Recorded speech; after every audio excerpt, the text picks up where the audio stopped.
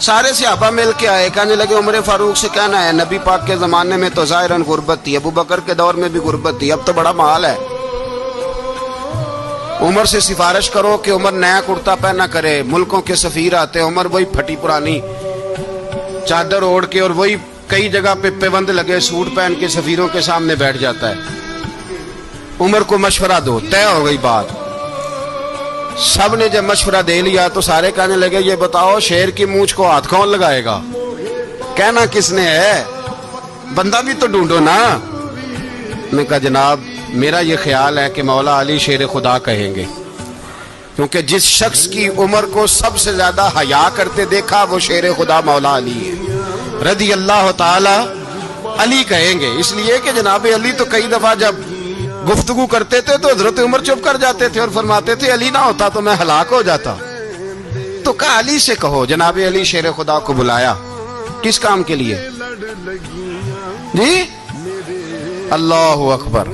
یہ ذرا آپ نے اس دور پہ اس بات کو ذرا لاکا جناب ان سے کہیں کہ زیادہ نہیں، ایک کرتا نیا پہن لے، سفیر آتے ہیں وزیر آتے ہیں تو ایک کرتا نیا پہن لے۔ حضرت علی کو بلایا، آپ فرمانے لگے کوئی اور بات ہوتی تو میں کہہ دیتا، یہ والی میں نہیں کہہ سکتا، کوئی اور ہوتی تو میں عمر کو کئی دفعہ کہہ دیتا ہوں، جلال میں بھی تو سن، یہ والی میں نہیں کہہ سکتا، میں تمہیں ایک مشورہ دیتا ہوں۔ کہ وہ کیا؟ کہنے لگے سید عائشہ صدیقہ سے کہو، وہ مومنوں کی ماں ہیں، عمر ٹالے گا نہیں۔ اماں جی سے جا کے اماں جی نیا کرتا عمر سے کہیں پہن لیں، وزیر آتے ہیں بڑے بڑے لوگ تو چلو کوئی عرض نہیں۔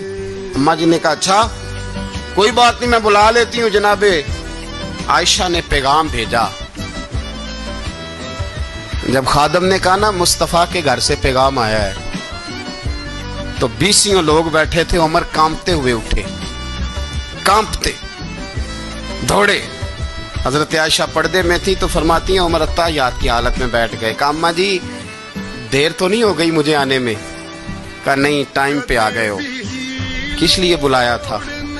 کہا عمر دیکھو غربت کے معاملات اور ہوتے ہیں، جب اللہ آسانی دے تو کوئی چیز استعمال کرنا حرام نہیں ہوتی، اگر حرام ہے تو بتاؤ۔ کہا نہیں اماں جی حلال ہی ہے۔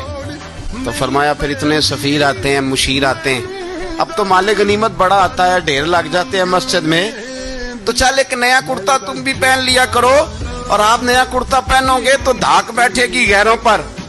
تو صحابہ کا مشورہ ہے کہ آپ نیا لباس پہنے۔ اماں جی کہتی ہے میں نے حکم دیا تو عمر چپ کر گئے، گردن جھک گئی۔ تھوڑی دیر کے بعد سیدنا عمر فاروق نے سر اٹھایا تو داڑھی پہ آنسو گر رہے تھے، رو پڑے، کہنے لگے پاک محبوب کی پاک بیوی جیسے حکم کرتی ہو میں حاضر ہوں، پر مجھے وہ والا لباس پہنانا جو میرے مصطفیٰ نے پسند فرمایا ہے، اگر یہ رنگ رسول پاک کا ہے تو میں حاضر ہوں، اور اگر نبی پاک کا نہیں تو پھر جیسے آپ حکم کریں۔ جناب عائشہ کہتے ہیں عمر روئے تو میں زیادہ روئی، میرا پلو بھیگ گیا آنسوؤں سے۔ میں نے کہا عمر آپ جائیے۔ عمر یوں نکلے تو جو صحابہ کھڑے تھے وہ کونے میں تھے، سارے آ گئے۔ کہا اماں جی کیا بناؤ؟ فرمایا بھائی تم سب جو باتیں کہتے ہو وہ اپنی جگہ ٹھیک ہیں، پر عمر جو بات کرتا ہے وہ سب سے زیادہ ٹھیک ہے۔